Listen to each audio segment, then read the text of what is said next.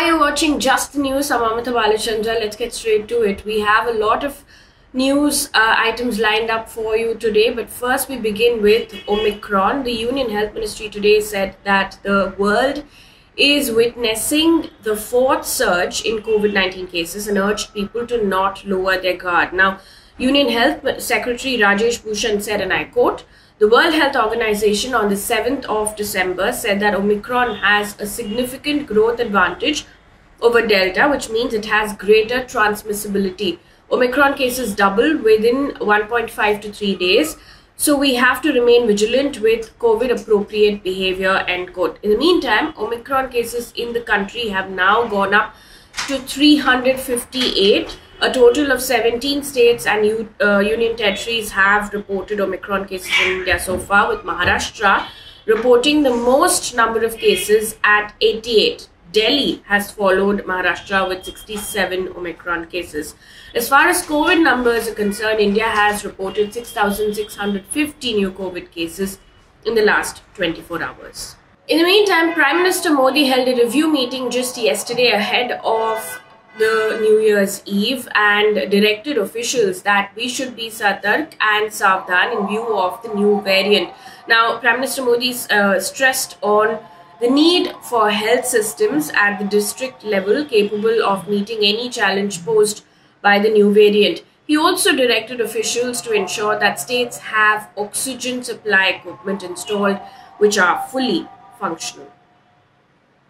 In the meantime, after granting bail to an accused in the criminal case, Allahabad High Court, drawing attention to Omicron cases, has urged the Prime Minister to, and I quote, "take strong steps and consider stopping and postponing rallies, meetings and elections." Now, Justice Shekhar Kumar Yadav said, and I quote, "If possible, the election scheduled in February should be postponed by 1 or 2 months, because only if life continues, their election rallies will continue," end quote. Now, he also praised the Prime Minister for the vaccination drive that's going on. He said this is praiseworthy and the court praises it. He also went on to say, and I quote, "We request the Honorable Prime Minister to take steps and, in view of the frightening situation, consider stopping and postponing rallies and elections.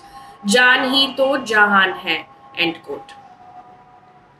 Moving on from that, now states have announced COVID restrictions ahead of the New Year's Eve. Madhya Pradesh, for instance, has announced that it will impose a night curfew in the state from 11 p.m. to 5 a.m.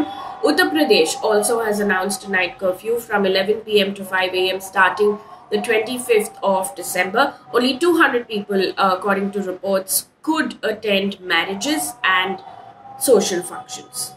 In the meantime, the Director General of National Mission for Clean Ganga, Rajiv Ranjan Mishra, in a new book titled Ganga Reimagining, Rejuvenating, Reconnecting, has said that Ganga became an easy dumping ground for the dead during the devastating second COVID wave, and the problem was confined to Uttar Pradesh. Now, in one section titled, and I quote, "Floating Corpses, a River Defiled," the book provides a chilling account of the pandemic's impact on the Ganga. Now, the book also reads, and I quote, "As the number of bodies swelled and multiplied because of COVID-19 pandemic, overwhelming district authorities and stretching the functional limits of crematorium and burning ghats of UP and Bihar, the Ganga became an easy dumping ground for the dead," end quote. Meanwhile, the United States is temporarily dropping an in-person interview requirement for some work visa categories, H-1B, L-1 and O-1.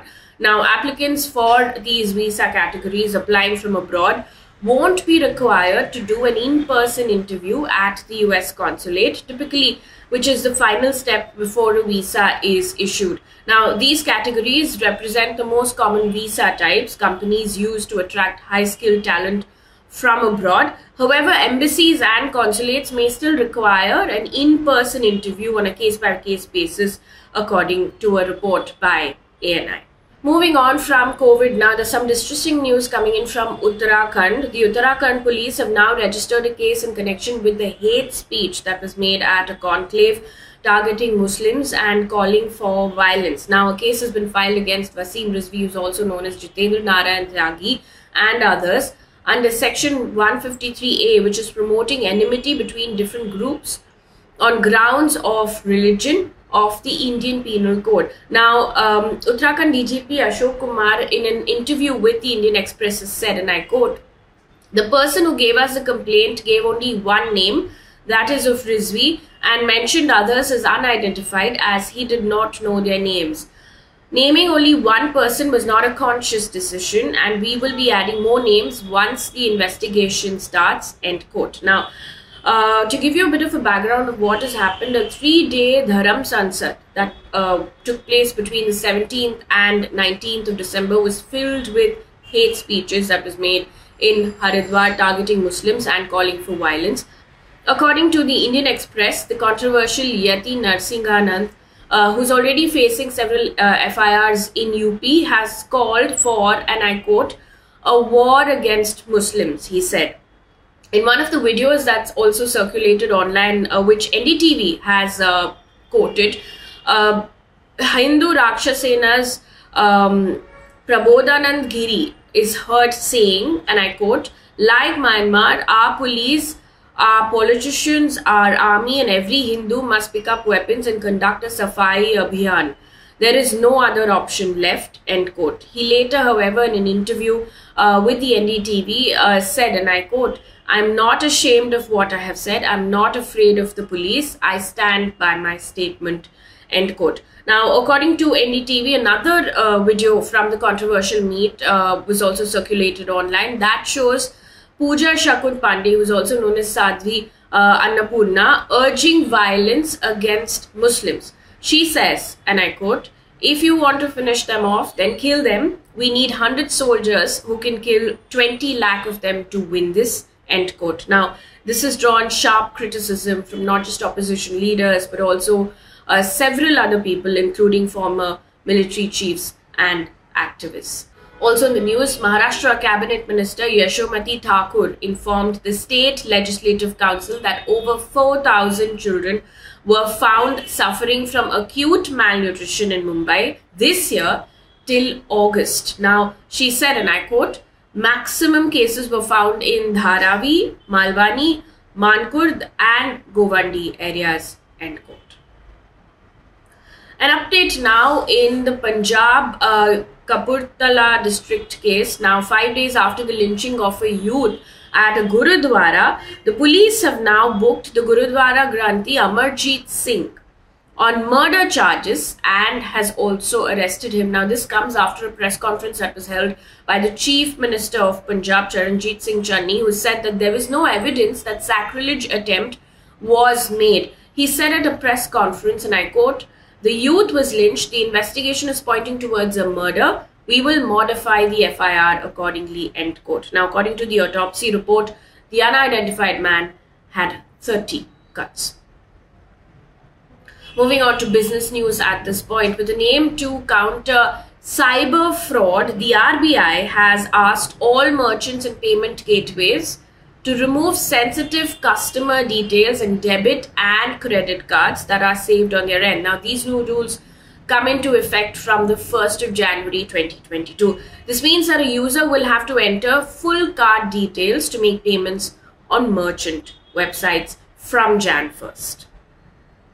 And news now coming in from across the world. According to a Reuters report, the Cyberspace Administration of China will launch a 2-month special operation to target deceptive online behaviors ranging from boosting engagement figures to paying for fake fans. Now, it will target fake accounts and information on online platforms as part of its and what it's calling a cleanup of the internet. Now, the investigation comes against the backdrop, according to this report, of a wide-ranging crackdown by regulators in several sectors, with officials tightening oversight of companies in technology, real estate, and other sectors.